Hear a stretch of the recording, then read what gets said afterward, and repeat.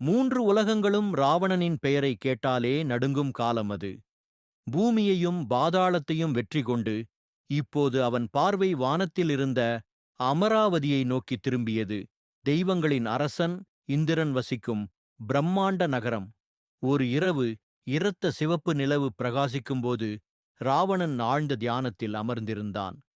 பரமதவம் செய்து வந்த அவனை பிரம்மாவரம் வழங்கி கடவுள்களுக்கும் அரக்கர்களுக்கும் அழிக்க முடியாதவன் ஆக்கியிருந்தார்.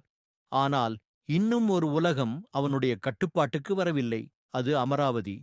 முனிவர்கள் அவனை எச்சரித்தனர். அமராவதி எளிதாக வெல்லக்கூடியது அல்ல. அதன் வாசல்களில் தேவர்களால் பாதுகாக்கப்படும். அவன் சுவர்களும் தெய்வீக சக்தியால் ஒளிரும். இதை வெல்வது உன்னால் கூட முடியாது, இராவணா. ஆனால் ராவணன் சிரித்து விட்டான். இந்திரன் வானத்திலிருந்து உலகங்களை ஆளுகிறான். அப்படியென்றால் அவன் என்னையும் ஆளுகிறான். அதை நான் ஏற்க மாட்டேன். அமராவதிக்கு அனுப்பும் பேரணை, மலைகளை அதிசய கருடங்களில் பாயும் வீரர்கள், பட்டாளத்திற்குள் சத்தமின்றி நகரும் பிசாசுகள். வானத்தை மறைக்கும் அளவுக்கு அவர்கள் படையெடுத்தனர். தெய்வீக காளைகளான மருத்தர்கள் தங்கள் தங்க ஆயுதங்களுடன் தயாராக இருந்தனர். இதுவரை இல்லாத ஒரு போர் தொடங்கப் போகிறது. அமராவதியின் கோட்டையில் இருந்த இந்திரன் தனது பஞ்சவெண் குதிரை ஏறியபடி இந்த சம்பவத்தை பார்த்து கொண்டிருந்தான். இது வருமென்று அவனுக்கு முன்பே தெரியும். ஆனால் அந்த காற்றில் ஒரு மிருக சீரகம் ஒளிந்திருப்பது அவன் உணர்ந்தான். மின்னலும் நெருப்பும் கலந்து போர் ராவணனின் தேரம் ஒலிக்க அவன் தனது சத்திரிய வாளை உயர்த்தினான். அது சிவபெருமானால் வழங்கப்பட்ட சந்திரஹாசா வாள். ஒரு வெறும் அசைவில் ராவணன் அமராவதியின் தங்கவாசல்களை உடைத்தான். அரக்கர்கள் பெரும் கோபத்துடன் உள்ளே புகுந்தனர். இரகசிய மந்திரங்கள் கோபுரங்களில் ஒலித்தன. வானம் எரிந்தது. இந்திரன் தன் இடம்பெயராத வெள்ளை யானை ஏறி விண்ணில் எழுந்தான்.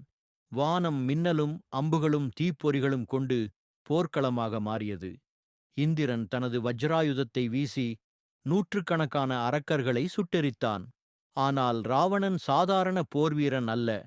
அவனது 10 தலைகளும் 10 வேறு மந்திரங்களைப் பாட அவனுக்கு எதுவும் எதிர்வரும் போல இல்லை.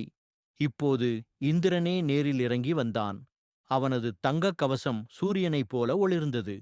அவர்களது ஆயுதங்கள் சந்திக்கும் ஒலி 3 உலகங்களுக்கும் அதிர்வை ஏற்படுத்தியது. பழமையான சாபமானால் எதிர்பாராதவாறு வானம் கிழிந்து ஒரு அதீத சக்தி எழுந்தது. கடவுள்களும் பயப்படக்கூடிய ஒன்றாக. ராவணா, 3 உலகங்களின் சமநிலையை குலைக்க நீ எவராக இருக்கிறாய்?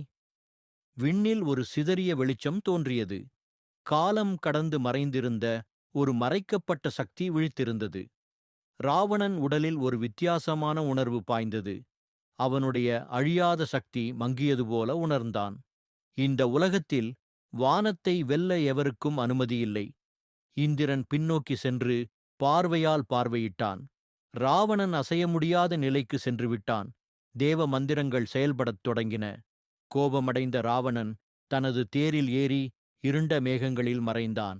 போரின் முடிவு இன்னும் தொடரும். அமராவதி மீண்டும் அமைதியடைந்தது. ஆனால் இந்திரன் வெற்றியை கொண்டாடவில்லை. ராவணன் திரும்பி வருவான், இன்னும் சக்தி வாய்ந்தவனாக. இன்னும் சிறந்த உத்திகளை கற்றுக்கொண்டு. ஒரு சுழற்சி வானத்தில் ஒலித்தது. இந்திரா, இது முடிவல்ல. ஒரு நாள் வானமும் எனக்கு கீழ்ப்படியும். அமராவதி பசுமையாக இருந்தது. ஆனால் அது அமைதியாகவும் நேர்த்தியாக காணப்பட்டது.